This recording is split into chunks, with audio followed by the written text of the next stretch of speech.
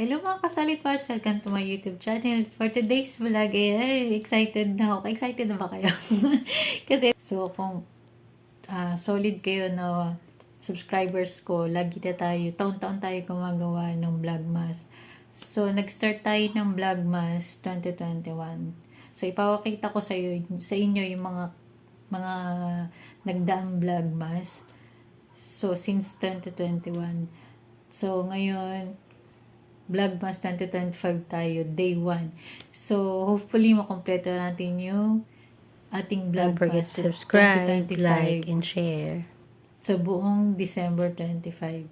So, abangan nyo, marami akong ipapakita. Again, last year, sinare ko sa inyo yung mga pasalubong, yung mga napamili ko kasi pauwi ako ng Pilipinas. Ayun nga, pauwi na naman ako ng Pilipinas, kaya marami tayong ganap na mangyayari itong month na to. Kasi, basta excited na akong ipakita sa inyo lahat ng mga bibilin ko ulit. So, sana panoorin nyo yung aking Vlogmas 2025, mga kasalit parts. Thank you for watching!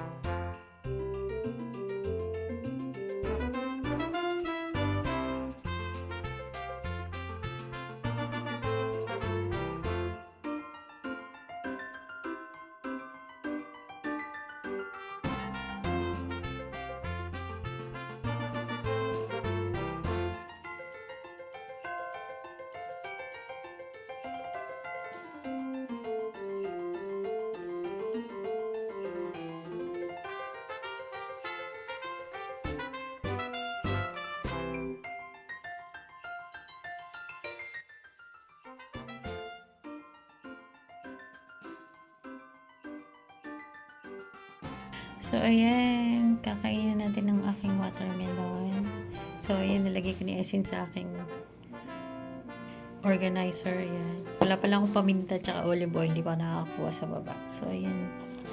Kain na tayo ng watermelon. Nakain ko na yung mangga kahapon. Hindi pa lang napapakita. Maya ko siya papakita sa inyo. Kagandahan dito, meron ng tinidor. Ganun. Hindi, wala na kasing melon. Kung may melon, kahit yung half lang, kaya sa wala na. Ito na lang yung nasa lagayan. Tsaka manggang hinog. Ay, manggang hinog, paborito ko yun. Kaya pala ayaw buksan kasi may plastic pa siya.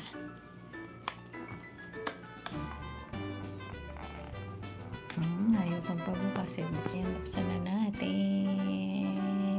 Tanan! Yan. Sa asin, lalagay tayo na asin.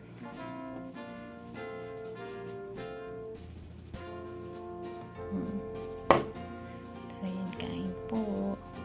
Malamang malamig na naman to. Asin. So, sa asin. Then, kain. Lamig.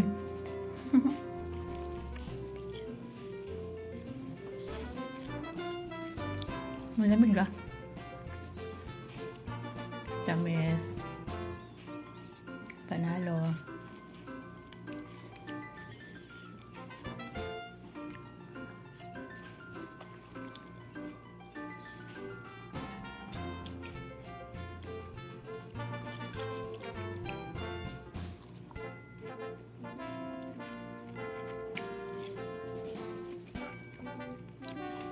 Pwede mo naman salim buto.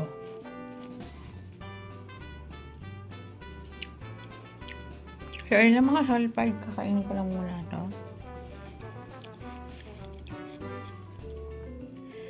Lagi na lang po yung mga nasa age 40 to 40 pataas, above. Dapat prutas ng kinakain natin. More prutas, more gulay. Kasi hindi na po tayo pabata.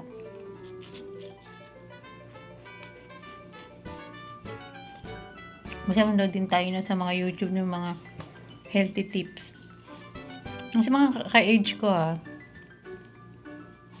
Depende sa inyo kung anong healthy tips ang mga papanoodin nyo. Ganun ako eh. Kaya aware na ako sa mga food na kinakain ko.